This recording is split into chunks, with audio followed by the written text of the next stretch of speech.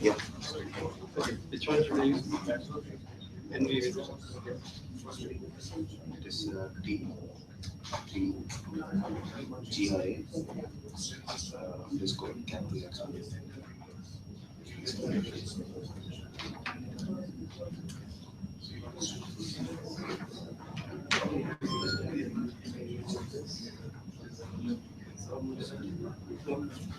me just show you this.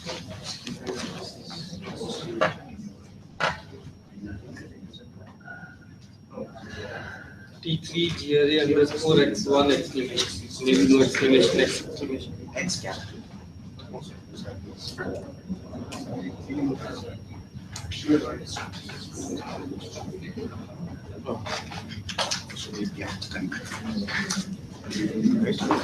So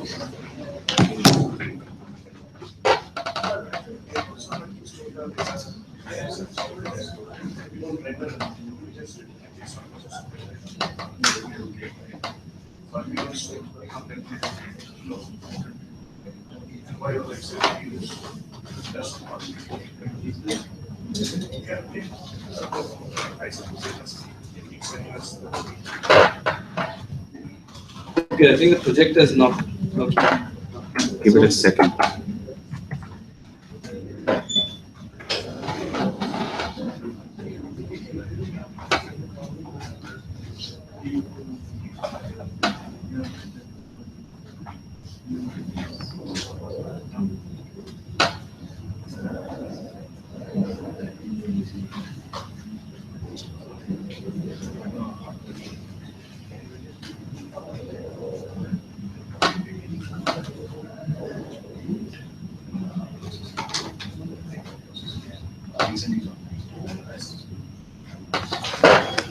Right, okay.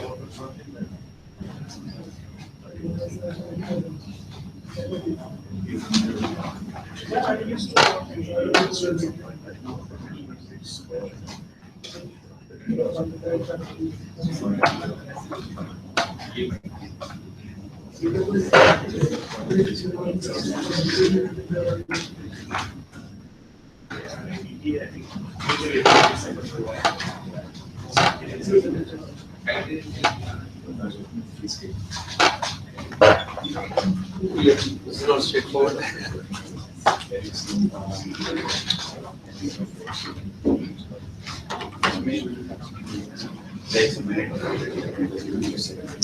Is it? But it says no signal there. No, but I think we should just do more pen. Yeah, we have VGA1. Okay.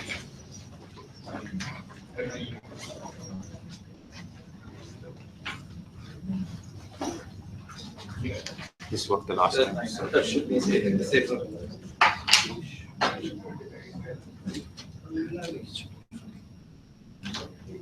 So they use every day.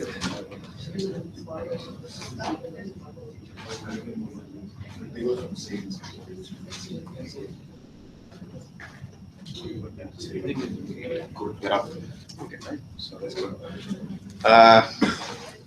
Thank you all for coming. It's really nice to see all of you come here today. It's just getting set up. So we have two talks today. We have Viral from Julia who will be speaking about Julia computing. I guess he's going to speak on the intersection of data science and Yeah, you might want data to touch science, on learning. Yeah, various learning Sure, frameworks. right? Yeah. That, and then the second one, for the first time, we're trying a different flavor. Is we're having a VC come in and speak. We're having Abhishek come in and speak. I don't know if Abhishek is here. Okay, so he must be coming.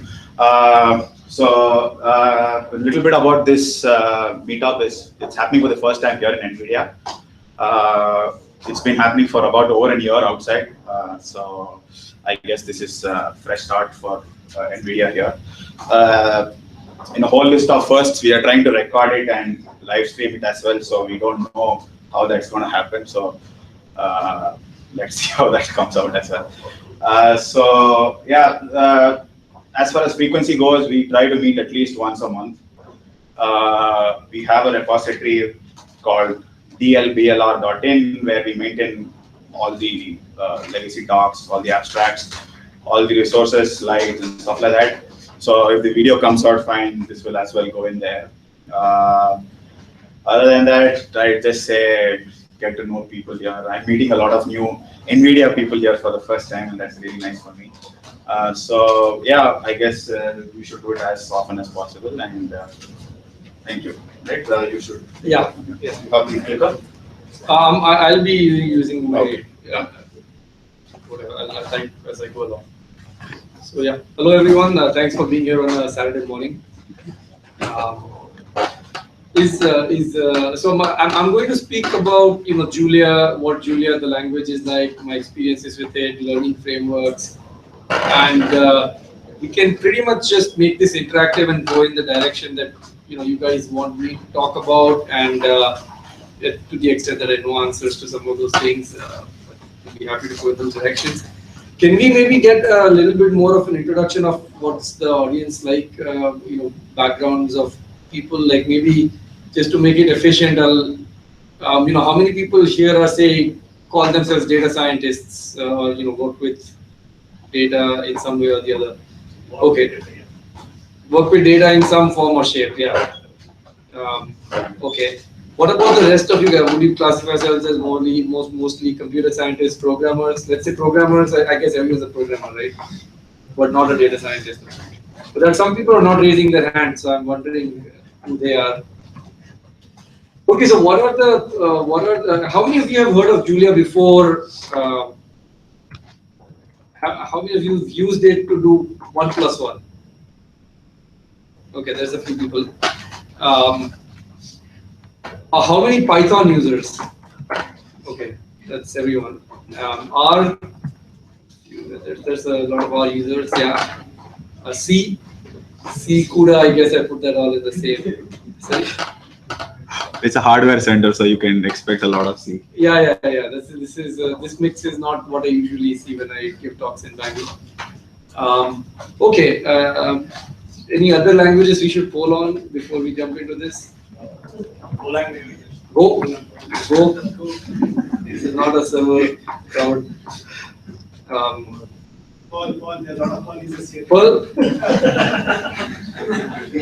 For the backbenchers. Okay. How about Rust or something esoteric like that? No Rust users. Okay. Okay. Maybe JavaScript. Okay, that's certainly not representative of Bangalore. Usually when I give a talk at a conference, like at least 75% goes up on JavaScript. Okay, so with all these languages flying around, so why one more, right? That's, I'm sure, the question on everyone's minds. And hopefully in this talk I will convey to you guys why we started our work on Julia and what we think sets it apart from other things.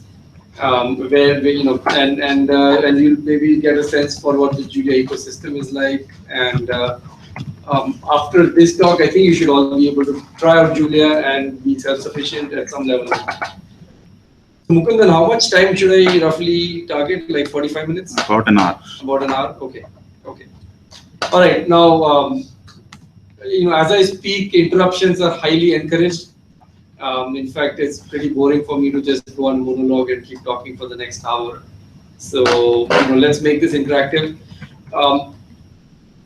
I started Julia in about 2009, actually. So I'll just give a little bit of background on how we started, where we got, how we got where we are.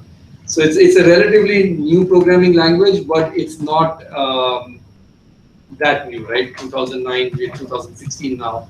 So we've been at it for about 6 to 7 years, and when I started working on it, it was no one actually says I'm going to become a programming language, right? I mean, some people do that, but I'm not one of those. That I'm going to design programming languages for a living, and believe that it's actually going to go somewhere. So that's exactly how we started. We started working on Julia, and we said let's just have some fun. I actually had a day job, so this was actually sort of fun for nights and weekends, as they call it, for the first, I would say, 3 years. Actually 4 years, until 2013. So I used to work in the government of India on the Aadhaar project. I wrote a book about that experience called Rebooting India. That's not what this talk is about. But this was a hobby really for me. And starting about in 2012, we actually wrote a blog post. Let me actually pull that up. It's a great introduction to Julia, in my opinion. I don't know if this thing is going to freak out if I change resolutions and stuff. Looks like, oh, and show. You might want to duplicate your. Is there, right? Yeah, it's fine. Okay. Can we turn off these lights? Is that possible? Just check that out. But if you turn these off, it gets dark here, I guess. Oh, Anyway, can you? But the screen might, but you might be able to see what's on. Okay, there, it's right? pretty okay. Okay. It's okay. Whatever you think is best. Yeah. Okay, so if you Google why we created Julia, and you get the first link. So that's. Is this all readable sort of roughly at the back? Yeah, okay. Just keep telling me because I'll keep switching different things. So if the font's not readable, I'll just make it bigger. So this was a short answer in short because we're greedy. But here's a good long. We want a language that's open source. We said with a liberal license, speed of C, dynamism of Ruby, mathematical notation of MATLAB, statistics like R, string processing like Perl, linear algebra like MATLAB again, and again, as fast as C, right? So at some level, we wanted a language that was as easy to use or as easy to learn or as simple as your Python, MATLAB, or any of these languages, dynamic languages. But at the same time, be extremely high performance. So C or Fortran or Java. And until I would say Julia came on the scene in this space of dynamic high-level languages, it was believed that this was not possible, right? At least when I went to graduate school, it was taught that you can have either speed or you can have productivity. You can have either performance or productivity. So you can either write your program fast or run it fast, but you can't do both at the same time. And it was almost believed like a law of nature. Probably still believed like a law of nature by everyone today. So you would learn tricks like if you learn R or oh, by the way, are there any MATLAB users here? Okay. So all of you know about vectorization and all this other stuff, right? Would you ever dare to write a for loop in MATLAB or in any other interpreted language? You not, right? I think I see all the vigorous head shaking. So there, yes, is that going to be trouble for the video? It's okay, you can go. Right? If I just stay somewhere here, does that work? Okay. Okay. So when you use these dynamic high-level languages, their performance is not that great because they're often interpreted, right? And interpreters mean you won't often get good performance. So one of the first things that you're taught in many of these languages is that do not write for loops. And it's not that the for loop is inherently slow by itself, right? I mean, it's just a loop. But it turns out that when you vectorize your code by working on arrays and matrices, what happens is that you are now running more C kernels under the hood and less of the language that you're actually writing in. So if I'm running a MATLAB or a Python routine doing linear algebra or matrix multiplication, I'm spending all my time doing matrix multiplication, which is a low-level, high-performance routine, as opposed to writing code in MATLAB or in Python, which is running in the native language.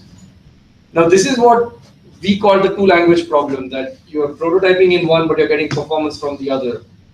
A lot of people are actually not comfortable spanning this divide, right? Many good programmers, routinely do MATLAB and C, or Python and C, but I would say that they form less than 10%, maybe even single-digit percentages of the programming community in those languages. Also, it's hard to debug. I think you all,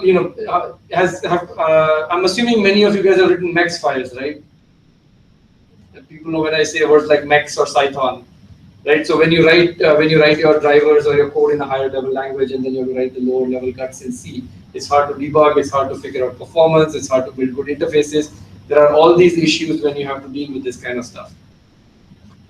And we decided by starting, when we started, we said, can we take one of these existing languages and just make it faster, right? Because that life would be just so much easier for everyone then.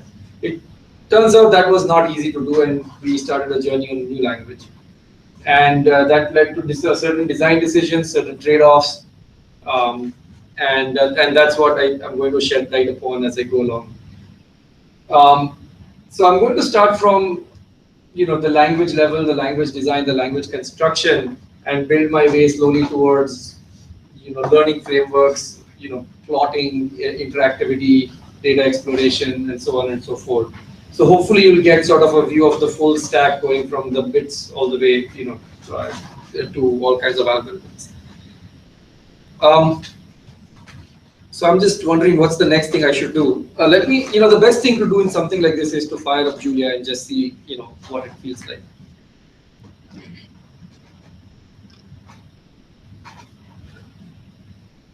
Okay, so let's maybe just make this. The resolution is so low on this projector that I'm having a hard time finding all of my windows, but I'll find them. Okay, there we go. So let's just.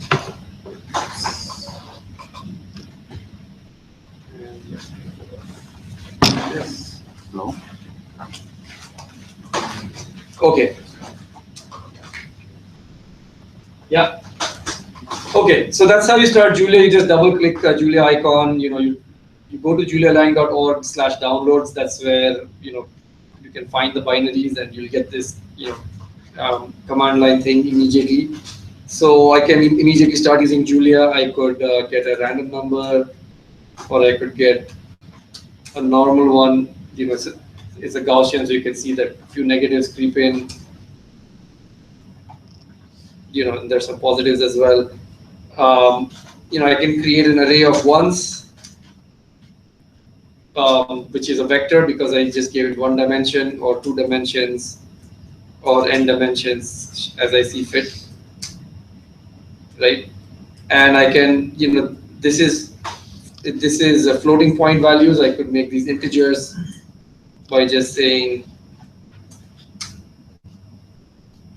right, so let's just keep this to 5 here. So unlike many of the languages that you're used to working with, you'll see in Julia very quickly that that it has a very rich type system and a rich level of data types that are available for you to work with. So I already showed you ints and floats, but this will start getting more and more interesting as we go along. So here's the type of the vector, right? So it's an array of containing int64 values, and it has dimension of 1. So these are parametric types in Julia. So just a second. So the parametric types have these type parameters, the type of the elements in the array, and the dimension of the array. This is completely user defined, so it's not like it's hard coded or anything. You can have them be whatever you want. Yeah. So can we assume that then Julia is a strongly typed language? It is not a strongly typed language in that sense. It's actually dynamically typed. But then we can specify data types at a time. Okay, so strongly typed in the sense that the right word I like to use is it's optionally typed. So should you provide the types in your function signatures, Julia will enforce those types. But if you don't specify the types, it will infer it and use the most special type it can. And I'll get a demo of that immediately. Yeah. So if it has to decide at the runtime that which data type to use, then would it make it so just like for dynamically typed languages? That's exactly you've driven to the crux of the matter, that even though it does that, how does it get fast? So the short answer is that it JIT compiles everything. But the question is, how do you figure out the types? So what the Julia compiler does is that the Julia compiler and the type system, the way it works is that when I start executing or when I'm actually running something, it's looking at the program, it's running a type inference pass, it's figuring out the types of all the things that need to run, and then it's compiling a special version of every function for those types and then running it. So watch very carefully when I do one operation right now. Okay, I'm going to do, I need to do something I haven't done before yet. So let's say I'm going to create a random vector. Okay, and I'm going to time it. But did you notice there was a slight delay before it printed? And I'm going to do it again now. And it was much faster. So the first time was the JIT compilation time that came in. And you see all these allocations that are happening here? That's the compiler that was running. And compiling this function which generates a random vector. But the second time, the third time I do it, it's just incredibly fast. Because now it has compiled and cached the function. Okay, yeah. How is it fundamentally different from PyC? In Python or C, you compile the Python program as PyC. But you're still running it as through the Python interpreter even when you do that, right? Okay. So you mean, are you talking? I don't know what PyC is myself. Is it a Python to C translator? No, it's a compiled Python. So you can Okay. do a .py file and then you convert it to PyC. Oh no, not PyC file. No. That's different. That's like saving some interpreting overhead at best. That's right. Yeah. This is completely different. I mean, and you'll see why. I need to pick up a different Julia where I have my debugger installed. So, okay, why am I not getting it today? Just give me a second.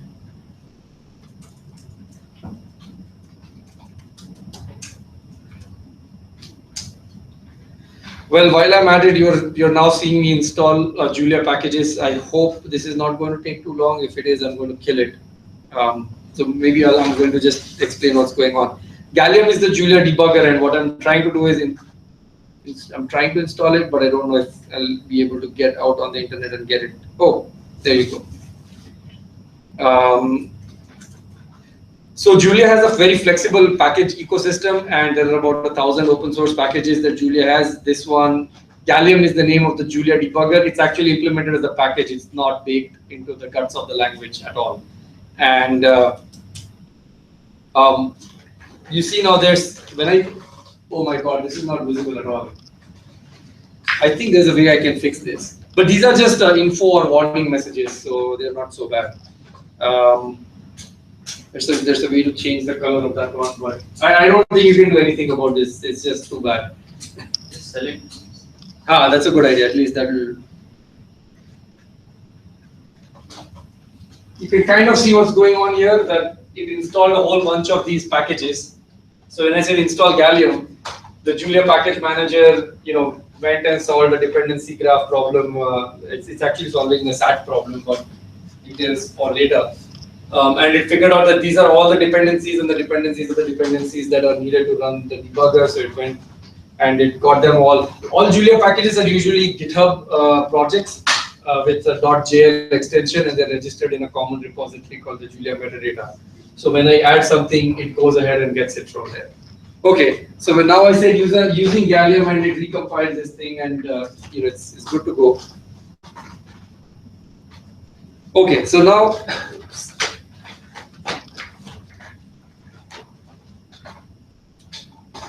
Ooh, that's an error. Okay, so I did that, and I could do this as well, right?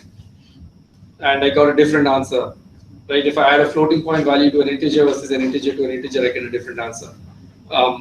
Now, to answer your question, right now I'm going to go a little bit. I'm going to invoke the debugger and ask it what's happening under the hood. Now, the first use of the debugger is slow because the debugger is getting JIT compiled itself, being completely written in Julia. So there you go, you have it. So when I tried to add two integers, Julia saw that the first thing is an integer, the second thing is an integer. So this is the syntax of writing quick functions in Julia. So the functions could be operator names themselves. It doesn't have to necessarily be just an alphabetic name. X and Y are the two inputs. P is a parametric type in this function, and this type constraint is saying that P should be a bit integer, okay, a subtype of bit integer. And so basically what this is saying is that this is writing a function definition which is saying which is specialized, where x and y both have the same type p, and p has to be a bit integer. Okay, so I could have had a different version of the function which was for, where p was a matrix, right? And that would be a broader definition. So what Julia will do is it will find the most specific definition that applies. At runtime and compile time are mixed in these JIT languages, right? But this is compile time at runtime, you could say that. And then once it matches this definition, so the Julia compiler say 1 plus 1 means it has to go and match this definition inside the Julia code base. And then what do I do when I get it? Okay, so it's going to just, unbox the two types, invoke addInt. addInt is actually an LLVM function which is going to generate the addition instruction. Okay, and then it's going to box the result. So this is the definition of this is what happens under the hood. Something worth noting is, in not very many languages can you actually go down and see this deep down what's happening within the native language itself, right? Often arithmetic and lots of the standard library is hard coded or sort of is baked into internals which are not visible. In Julia, that's not the case. All of these internals are just visible. If you open up int.jl line 32, you're going to see all these definitions. Okay. So I'm going to just run, do next on this, and it's at about to return 2, and it's okay. So this is what happened when I tried to do 1 plus 1. But if I now try and do 1 plus 1.0, a whole different set of things start happening, right? Is it too low, or should I try to work in the top half? It's okay, right? Okay, so obviously when I'm adding numbers of mixed types, there needs to be some promotion, right? Something has to be promoted to something else. So it's no surprise that it's calling promote of x comma y. And what promote of x comma y is going to do is it's going to look at its two inputs and then figure out which one should be promoted and then return the result. And then, run, and I got this 2.0. But let me go into it again. So instead of doing next in the debugger, I'm going to now step, okay, which means it will show you exactly everything that is happening under the hood. And now the conversion and the promotion system is kicking in. After that, it's promoting the result, and then it's returning a union, and now it's going to return. I just have to keep running this. All these instructions, and finally it returned 2.0. Okay, so I probably went through about 20-30 lines of code here. So when you did 1 plus 1.0, there's actually a lot of machinery that kicks in, which tries to figure out what's the type that something should be promoted to. The promotion has to happen, and then the right functions under the hood have to be, the code has to be generated and called. So it sounds like this is a lot of effort, right, compared to 1 plus 1. So let's look at the underlying code that was generated.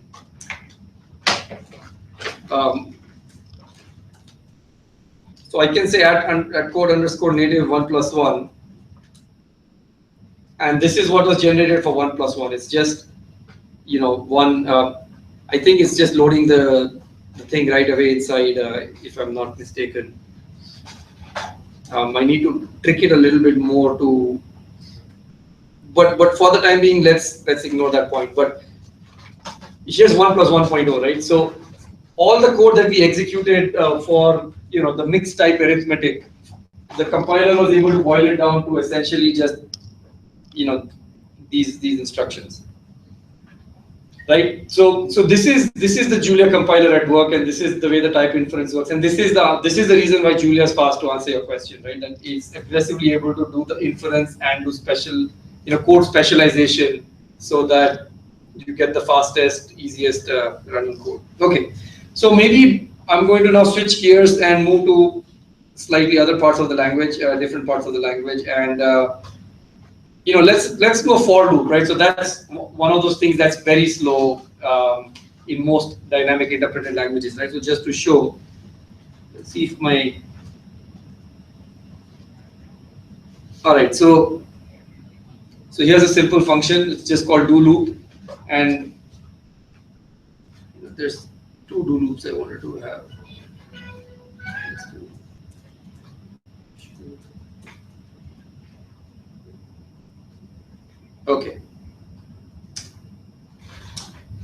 I've written two do loops. The one that works on a vector is this one, and then there's this other do loop which is just doing something generic. And the only difference between these two is that this one is adding the things and this is multiplying them. Okay, so that's the only difference between these two. Now, if I do at time,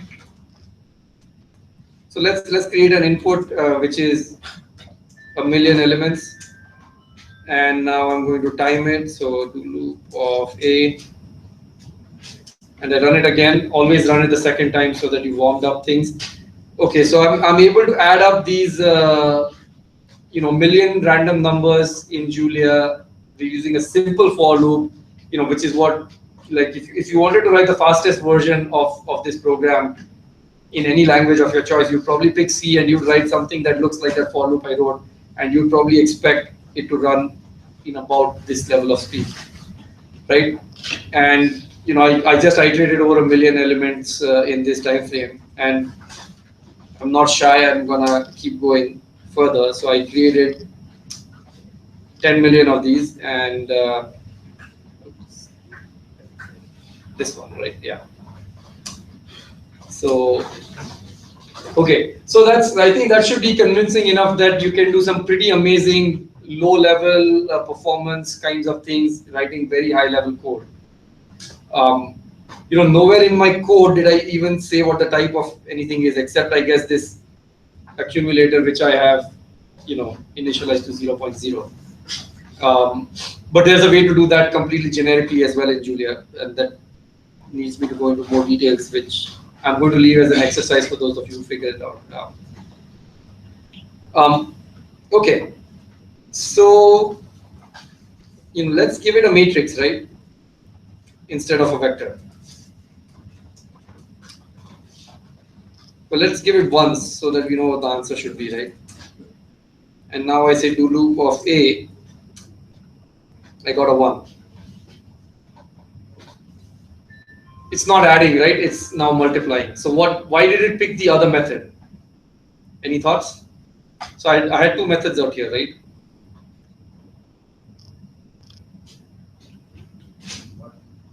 So let me just show you the other one. So do loop of ones of 10 comma 10 is this, and do loop of ones of 10 is this. One was so the addition one was restricted to be a vector, right? So when it saw that the input was a vector, it dispatched to this function. When it was not a vector, it dispatched to this function. So this is dispatch at work. So Julia programs are organized around multiple dispatch, which means that the version of a function that is compiled and specialized depends on the input types of all the arguments, not just the first one. I'm doing a simple example, so this is single dispatch at work, but what Julia does is multiple dispatch. So when I did 1 plus 1 as opposed to 1 plus 1.0, it picked two different functions, right? So this is multiple dispatch, that based on the input types, it picked two different values. Okay, so this is, this gives you a pretty good idea of the low-level, things under the hood. Let me just give some idea of the data structures and how you can write your own user-defined types. Okay, so often in many dynamic languages, the system-provided types are very fast, but the user-defined types are very slow. Julia does not make this distinction. Any types that you create as a programmer are first class, in the system. And the reason this happens is because when we started working on Julia and the design itself, we said, if you're writing a new language, we can't go about writing all these low-level stuff in C. So we better make the compiler fast enough so that the entire underlying library itself can be written in Julia. And by the way, no special stuff, got to dog food it completely. So the compiler writers, they obviously have their secret stuff, but much more than many other languages, Julia exposes the underlying machinery and uses what it provides to the users for its own standard library. So let's try. I'm just trying to recall this from my. Okay. So here's how I'm defining a type. Let's just align this a little bit better. So I'm defining point to be an immutable type which is containing two coordinates x and y, both of the same parameter t. Okay. So now if I say point of 1, 1, that's what I get. So notice that Julia figured out that one was an int 64, and then both of them are the same, and so it did that. This won't work because they are two different types. Okay. So I got this user defined point. Julia does not know about this, right? I actually defined this type right now in my session. What can I do with this now, right? So I could pretty much the full power of Julia is now available to me, and the full and the same performance. So let's try and see if we can pass this to the do loop, right? That I just wrote. So I need to first create a vector of these points. So I'm just going to use Julia's comprehensions and say point of, let's call it I comma I for I equals for I in 1 to, let's just do something small to start with, right? And we'll call this P. Okay, so this is just a comprehension at work. So it's just running this for loop and then assigning to the ith element of the array the value point of I comma I, which is what I just defined. All right. So what I have here is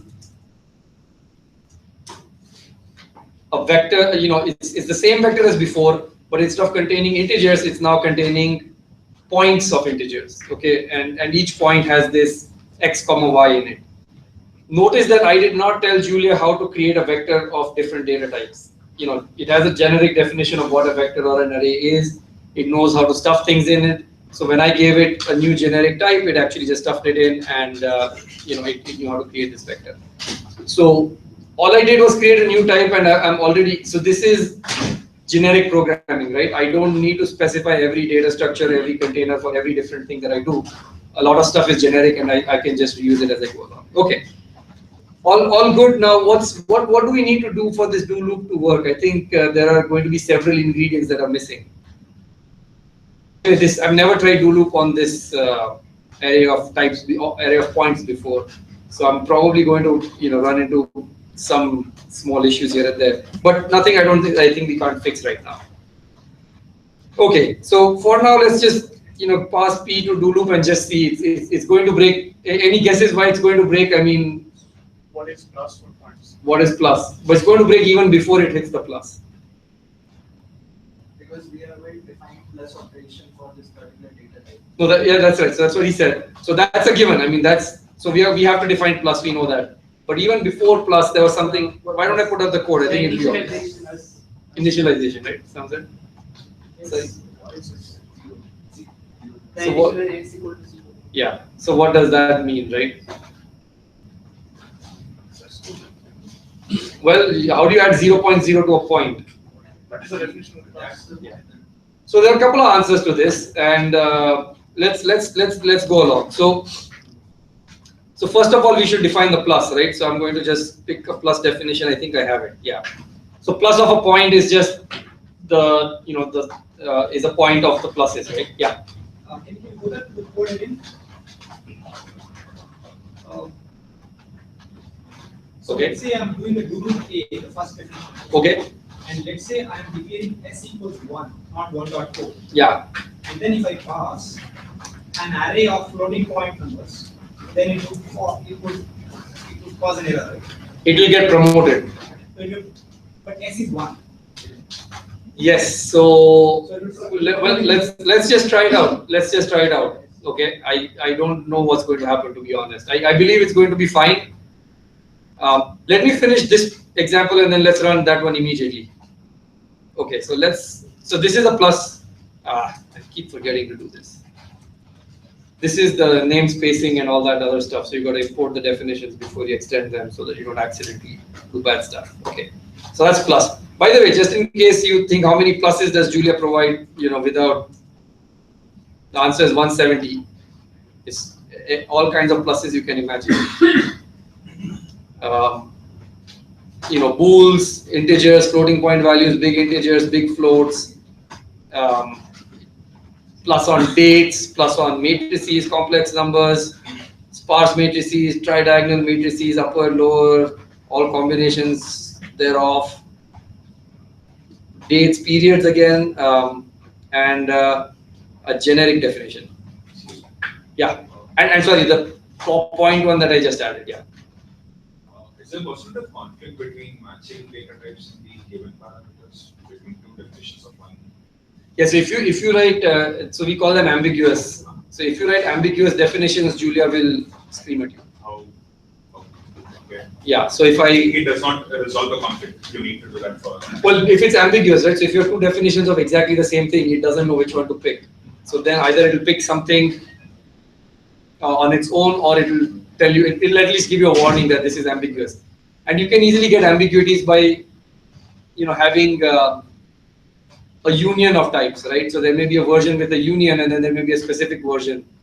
And it's kind of easy to find yourself in this if you are working in the guts of Julia, like inside of these libraries. As a user, you often find it easier not to fall into this trap because you can just put your stuff in your own module, and then it will not conflict with anything you have written. Okay. Does support inheritance types and types Inheritance. No multiple No, inheritance. not particular. Yeah. I would say no. Yeah, at some level. Let's see as we go along what level. Because probably inheritance can lead to the kind of problem. that Yeah. is- Yeah. So multiple inheritance has been asked for a lot, but there is some basic inheritance that happens through subtyping. It's not as nice as I would like it to be, but these are unsolved problems now. So the moment you try to mix inheritance with the way Julia's type system works, things start getting messy pretty quickly. And let me come back to that a little bit later. Let me finish this example. So I got this plus working, okay, but I think I still need to. I'm pretty sure I should make this. You know what? Let's just run this at this point. So do loop. You see, I already got this warning out here because I needed it, but that's fine. So obviously, it does not know what to do of plus of float 64 and adding this. So I can actually now go ahead and define a new plus that can deal with this. But I think, well, why don't I just do that? What the hell? Okay, so let's make it a float 64 and b point t. Okay, I don't want to care about the point this thing, so I'm just going to say that is a new point which is a plus b dot x and a plus b dot y. Okay, that's a reasonable definition, right? Sorry?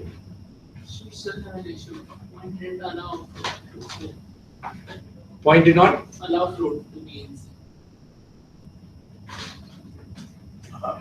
Yeah, so so that's a good point. So if I do plus point of 1, 1, while this is okay, it's not going to work with my vector because I'm giving it a vector of. So this is, so the promotion happened here. Actually, point is generic. T is generic. The t is generic, right? But what happened is I started with an integer, a point of integers, and now I'm getting back a point of floats. Maybe that's not what I wanted, right? So then what do I need to do? I need to maybe go in here. So this is, let's see if I can get this right in the first shot.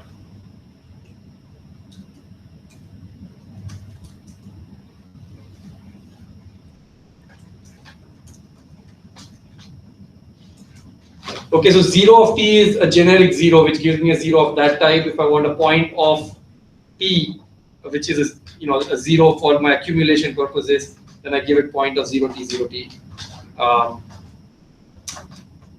And let's see if this does something different now. Nope, it's still promoting. Any thoughts why? The plus needs to be overloaded differently. I think I have the right plus. So if I say, okay, let's see, this is my p, this is my p of 1, and let's say the 0 was 0 of, sorry, point of 0 of int, 0 of int, right? So if I do z plus p1, so what am I doing wrong? I think we need to figure this one out together. I have no idea. This is not a trick question. I don't know what I'm doing wrong. What is the problem? You're getting a float in the curve floats? Yes. So let's do this again, right? So type of P is an array of, say, of 64 bit integer points. Okay. Now, if I do loop on this, I expect, because I have defined this point to be an integer, and this plus has been overloaded, that I should get the same. But I'm not getting. I'm getting a float 64. Let's check the plus method once more. Okay.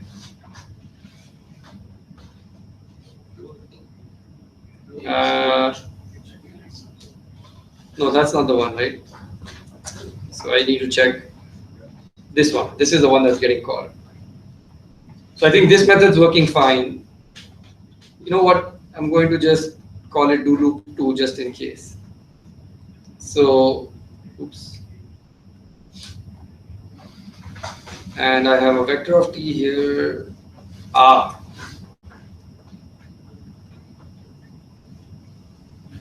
think I see what the issue is. So t here is actually a point, it's not an int. Make sense? Right? So point, I'm trying to create a, okay, so that earlier definition I wrote, which is, that one is getting picked up out here. So you know what? So the easiest way to get out of this mess, I went around defining the one, the float 64 and the points, right? And that gave Julia a fallback definition because the code I'd written was incorrect. And restart. I'm going to get everything again. So function do loop. This is a buggy function, okay? Because this t out here, okay, so I'm control seeing that. I hope you guys don't mind. I think this might be giving a better taste of Julia than actually me going through a presentation. So, okay, so let's write the point definition first. Okay, so immutable. Or you could just create s equals 0 of type. You can override the 0, right? Yeah, so that was the other thing we could have done. So I'm now trying to get back to where I was. So immutable point. Okay, so that's my point definition. This is my. Let's just make this 10 so that it's make it 5 so it's easy to look at. Okay, so I got my vector back. Let's do the. So for the do loop, I want 0 of t here, and then I'm going to, as suggested, make this. Okay.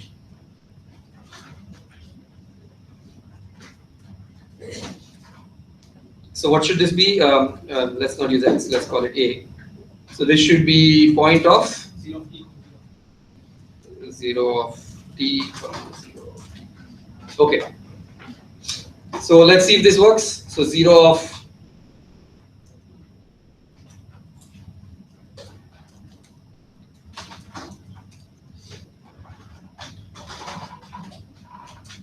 let's just call it whatever.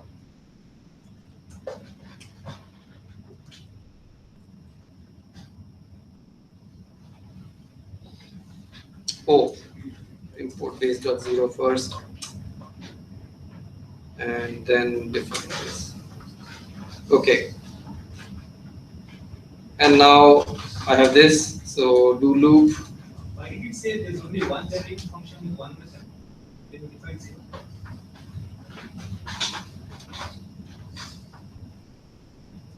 Because did I not import it? I thought I imported it, right?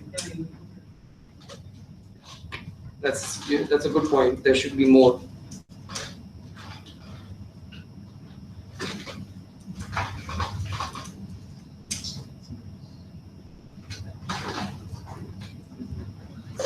Hold on. What about plus? Okay, and then if I do. Okay. Did I pick a different version of Julia by mistake? No. Sorry? No, zeros is a array. So zeros is this. Okay, let's just run do loop and see, how badly I've put myself in a corner now.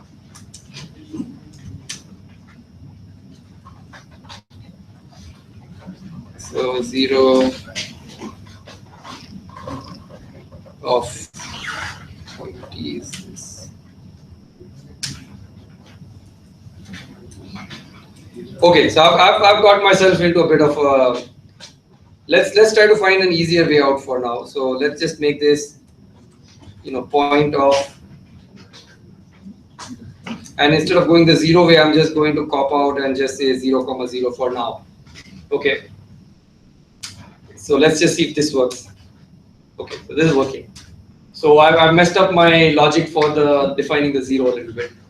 You guys feel like, I think we'll leave this for a later exercise after my talk to debug this, just in the interest of getting through the rest of it. But I think I messed up something because, like someone rightfully pointed out, there is no 0 here.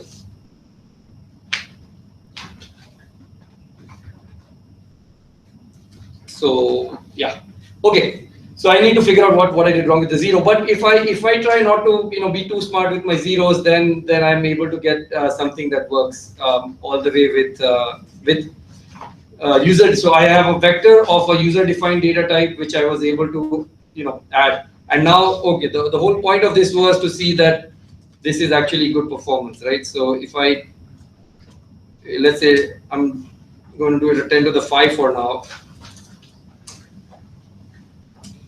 Okay, so for a user-defined data type, you would have expected, in most dynamic languages, you would see a lot of expensive memory allocations, heap allocations, poor cache behavior, all that stuff, right? So in Julia, that didn't happen. It just got the same number of allocations as the first one, and it got similar runtimes. So I could even do the million one, and the answer is correct, as we know. So everyone know their formulas for summing the first n numbers? N plus, yeah. So it's, if n was this number, this works out to be correct. Okay, so yeah. This is similar to a tweets.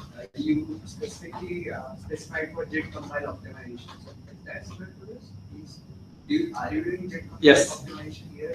Yes, it was happening every single time I was typing. The first time you actually wrote this function, it would take some time. Yes. Did you see? I probably missed it. Okay, let me pick a new function just to show you that. Okay. So let's create a 5 by 5, let's say 500 by 500 random matrix. You noticed the slight delay? Oh, yeah. I can't do this one again if you did. I will do another one. But now if I do it again, it's really fast. Okay, so just to finish that example on the do loop, if I say add code native do loop of P, this is the assembly generated for that loop. Right, so point is not to read it, but so I think to end that example, you can write your own user-defined data types, you can lay them out in memory exactly as you want them, and you can write very high-performance kernels to work on them. So this sums up sort of the low-level aspects of Julia, that while I was writing 3-4 lines of code, I was able to shove in all these generic functions and whatnot into it without being at the low-level programming and still get a very good performance. Yeah, you had a question? So as he pointed out about PYC, this functionality of the JIT coming in while the integration of the functions. Right. In Julia, it sounds similar to having a PYC file compiled before you. No. How is it different? Well, if you have your computer, why don't you write the same loop I wrote with a PYC file and show me how much time it took? Okay. It would be different based on. No, so the PYC is basically avoiding some steps of the parsing the program, and it's storing an intermediate program that the Python, it's still running the Python interpreter. It's just that instead of running it on the text, it's running it on a compiled version. it's not compiled to assembly. It's still, instead of English, it's it's an intermediate level where it's yeah, but it's not like intermediate code, right? It's not like it's not like LLVMIR or something, right? You have your the methods and data type already resolved in the No. That's not how it works. That's not. I mean, in the case of the regular C Python, that's not what happens. It will actually go in. So if you wrote this loop in Python, and every time it had to do that plus, it will go into the plus function of Python, which is, by the way, compiled down to C. In that plus, it's going to check, is the first input an integer, is the second input an integer, then dispatch to this plus method. And then that 171 method table I showed you, that will be inside the plus function of Python. And at every invocation of the plus, it's going to go into that big if then and figure that out. So each one of them will be tens or hundreds of instructions. That's when you put it from A to Z, from line 1 to line N to the compile the interpreter itself as it is a PY thing. I think you should read up about what PYC does. Yeah, but I can guarantee you this is not what doesn't. I mean, don't believe me. Go home and do this exercise. Just write this same code in Python and see how much faster or slower it is. So how does the method dispatch works in this case of polymorphism?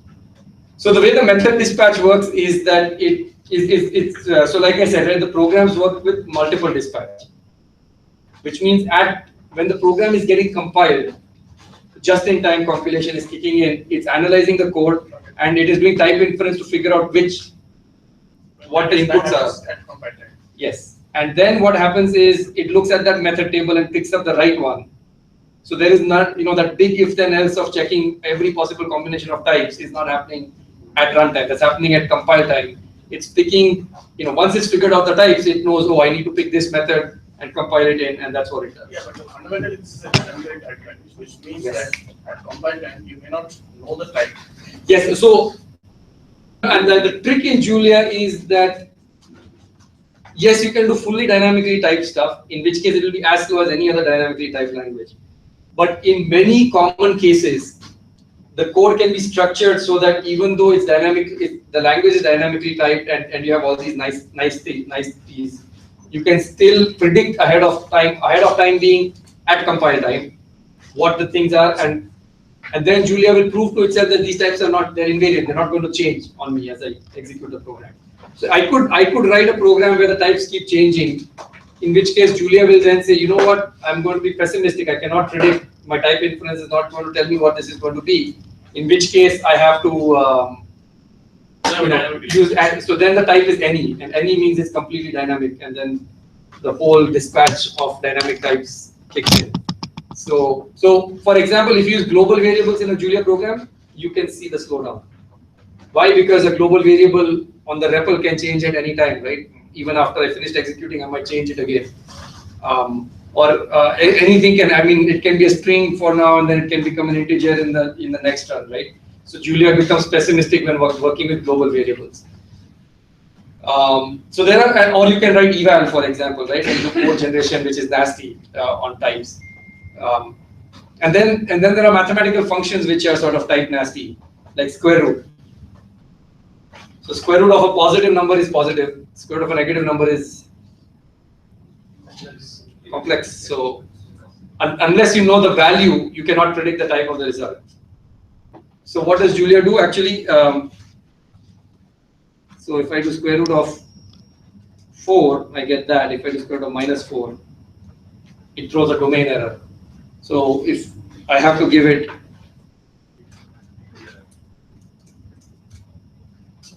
okay, and then of course if you square it, you will get the -4 back.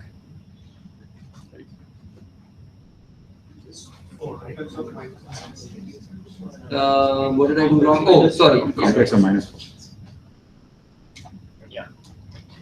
So now that I gave it a complex input and a complex output, it's again type stable, because I could give it a complex real or a complex.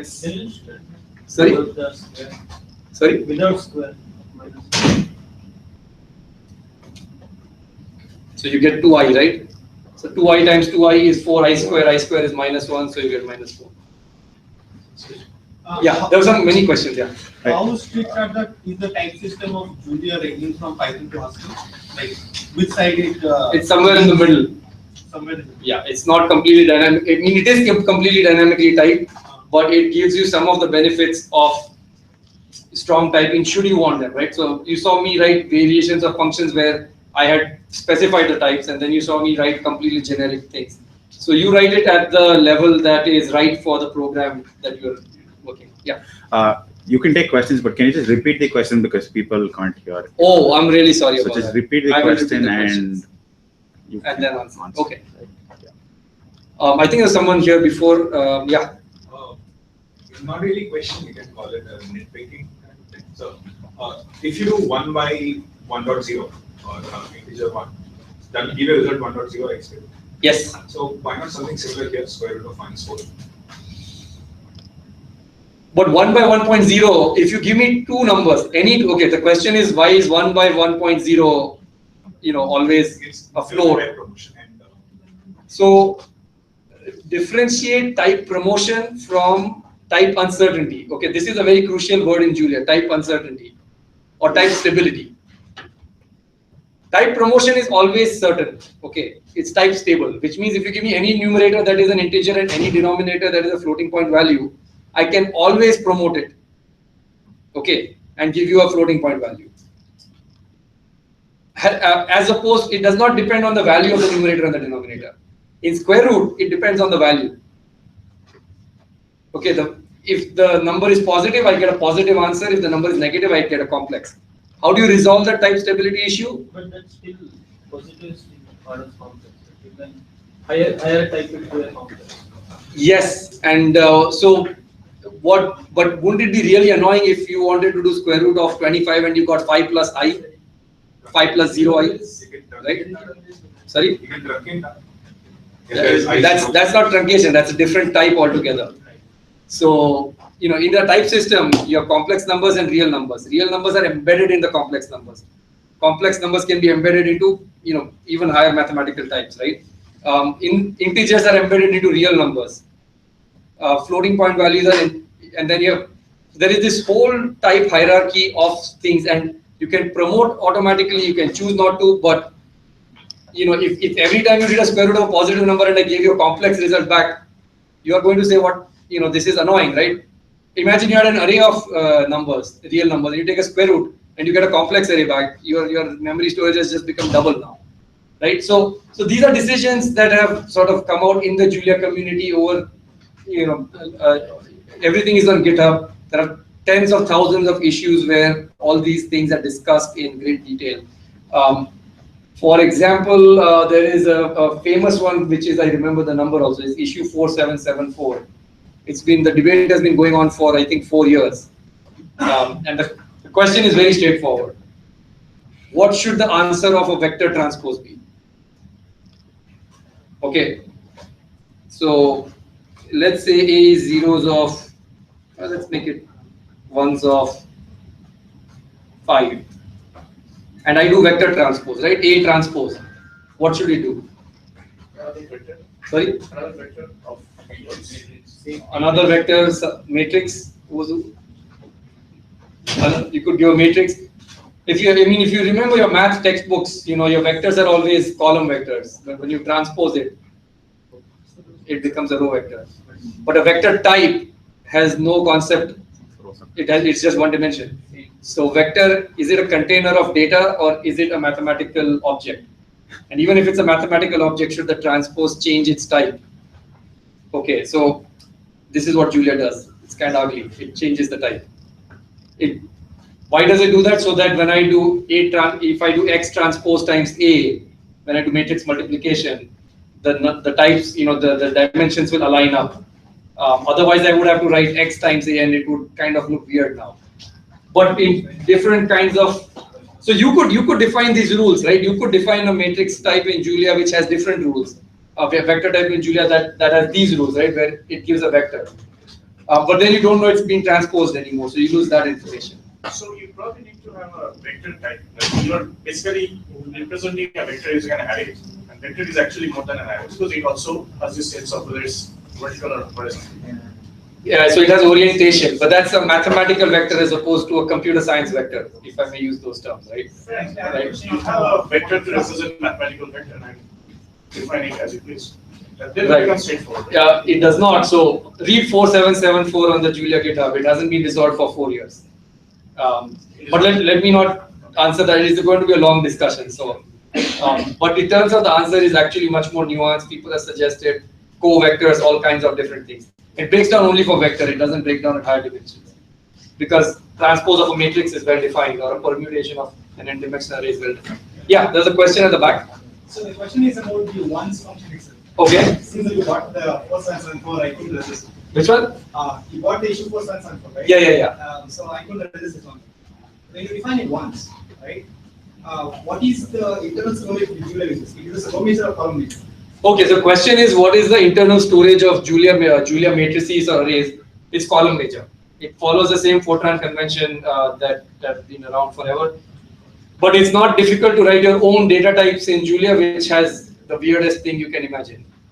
So when you and then what is your least axis? It is column, then it should be column. Right? Yeah. So last the first dimension is going to be in stride 1.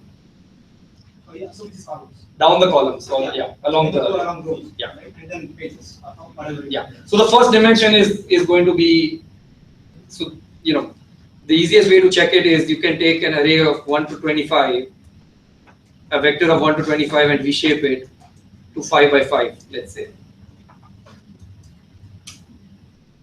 So that's the order in which it's stored. And if I wanted to go, let's say 27, and then that's 3-dimensional. So the slices along the first 2 dimensions are contiguous, and then the slices are stacked. And within the slices, it's the first dimension, then the second dimension, and then the third. So that's the storage order. That means what Julia currently is doing is sort of logical, right? Because you got a vector, it's only one dimensional because it's some n by 1 dimension.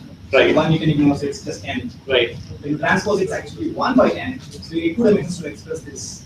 Except that your code breaks. So the question is, you know, what the transpose of an n by 1 should it not just be 1 by n?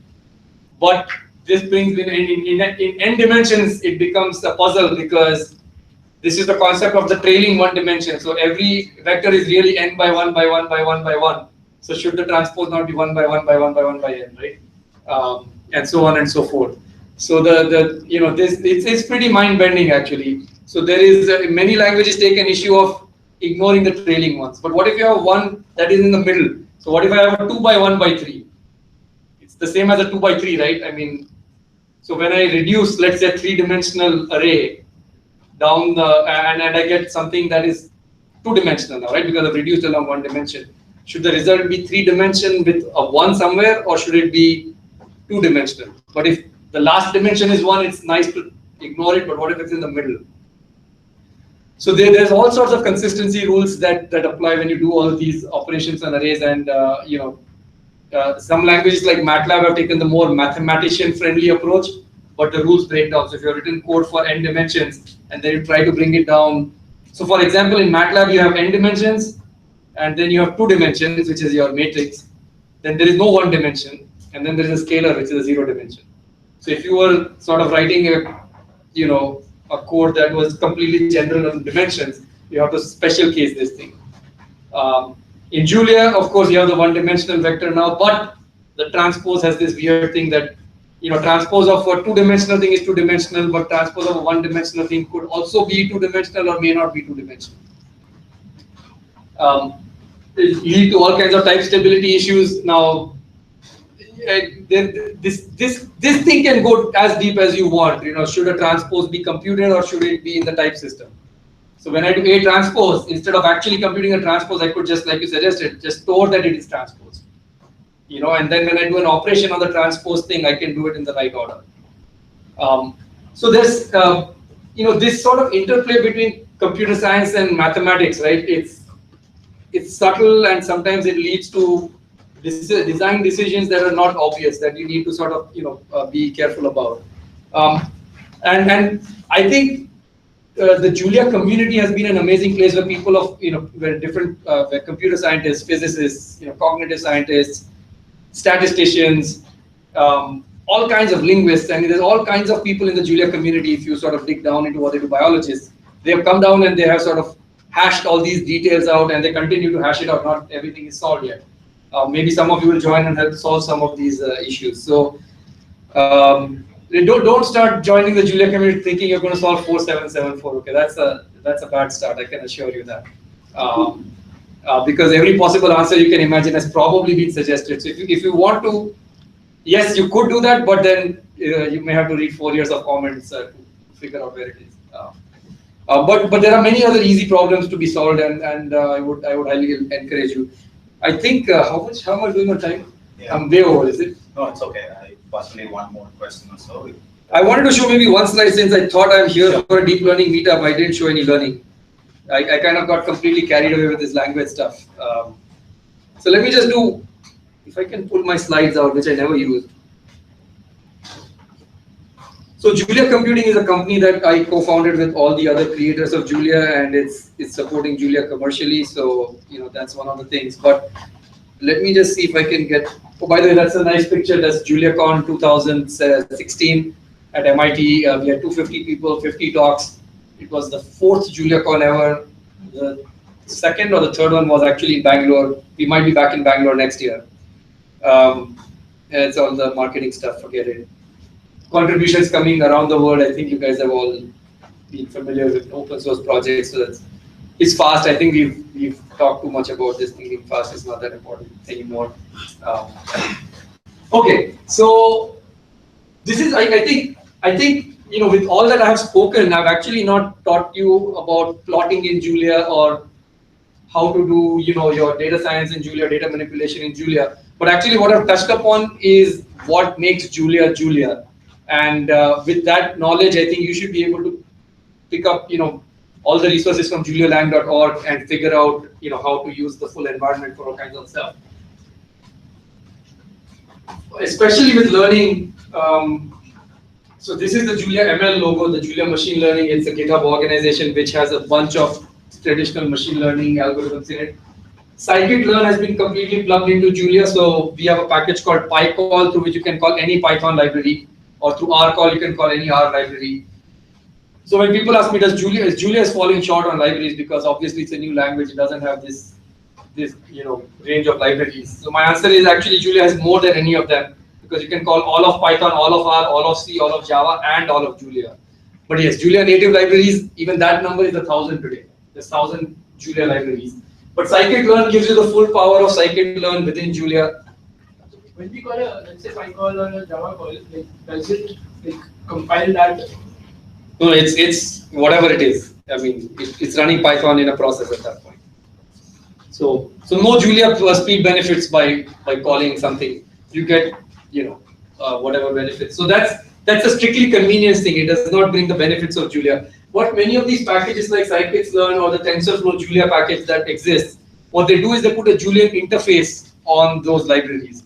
So the TensorFlow is actually not calling PyCall, it's actually using protobuf and calling the underlying kernels directly, for the most part.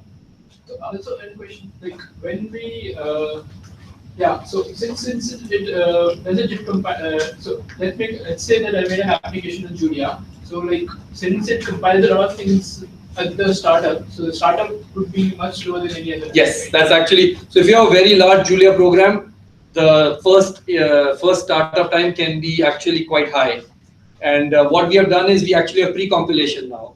So pre-compilation will 75% of that startup time, and we are also increasingly moving towards static compilation. So for the parts of the program where it can predict the types ahead of time, it will actually just pretty much give you like your C compiler style statically compiled stuff. But if in the middle you're stuck in dynamic stuff, that time penalty has to be paid for compilation at that point. But only the first time when that combination of types shows up. Yeah, but in a real-time application, a lot of times same things need to be started up multiple times because it is running in memory. You mean like a different process? Yeah. So as long as your program is not type unstable, you should be fine. And it's not as bad as it sounds like. So you can actually, so when I start Julia, it's actually loading up the largest Julia library ever written, the Julia standard library, and it's starting up in a second, right?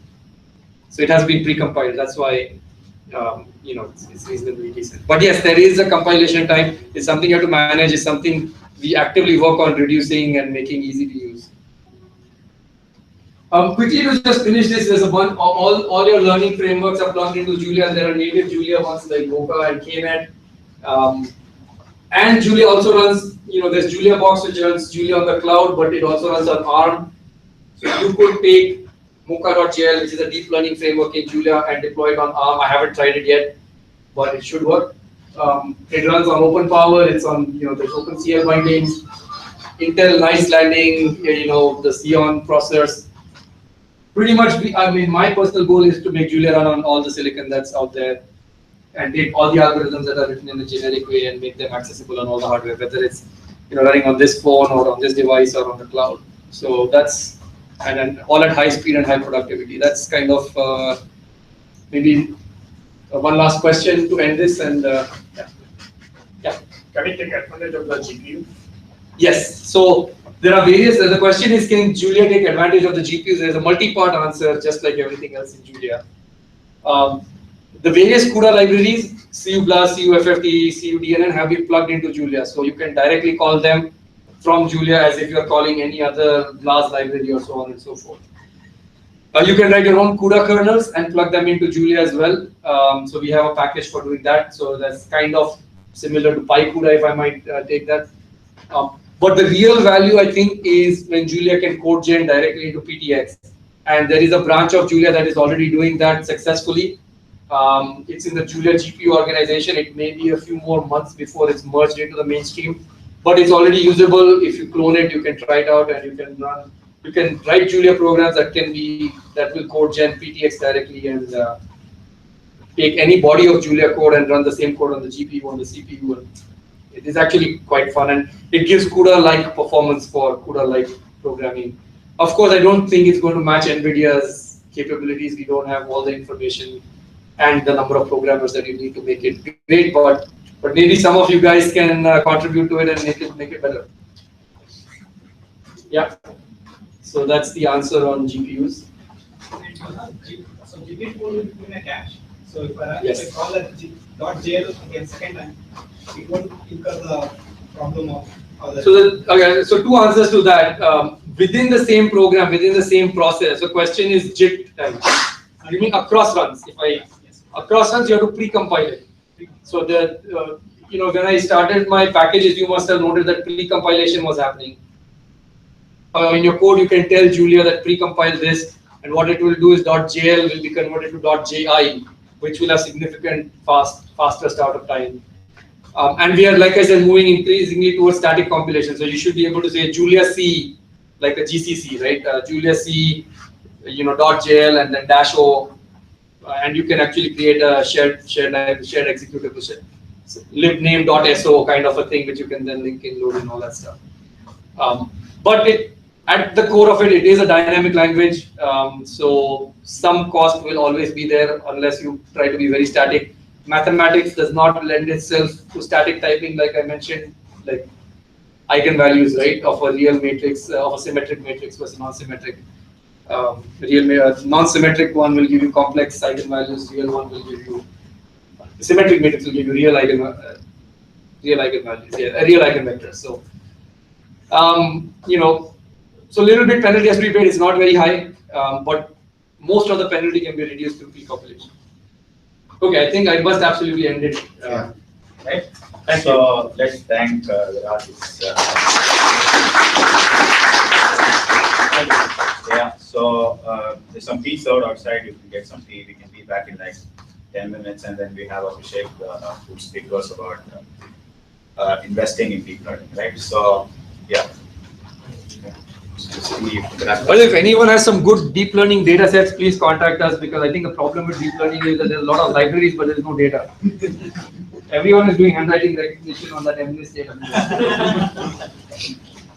So I should not take this possession. Something called this. What is this? Okay. No. Yeah. Okay. I should look into it. It's called the. I knew about the which was the other one, ImageNet. This is one new. Yeah.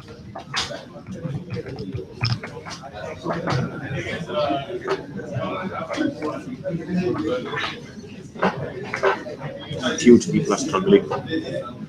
Yeah. That's the 1 million distractors for that. And I can show you this.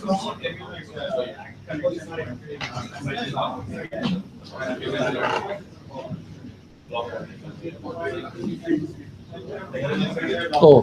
Deep learning. Yeah. 75% is the best. And these are all the best researchers, I'm guessing. Wow. Whole bunch of them. Everyone's there. Yeah. And where are the days of above human accuracy? Oh, these are like the obvious things which a fellow will. Yeah. Right. So they're literally struggling there.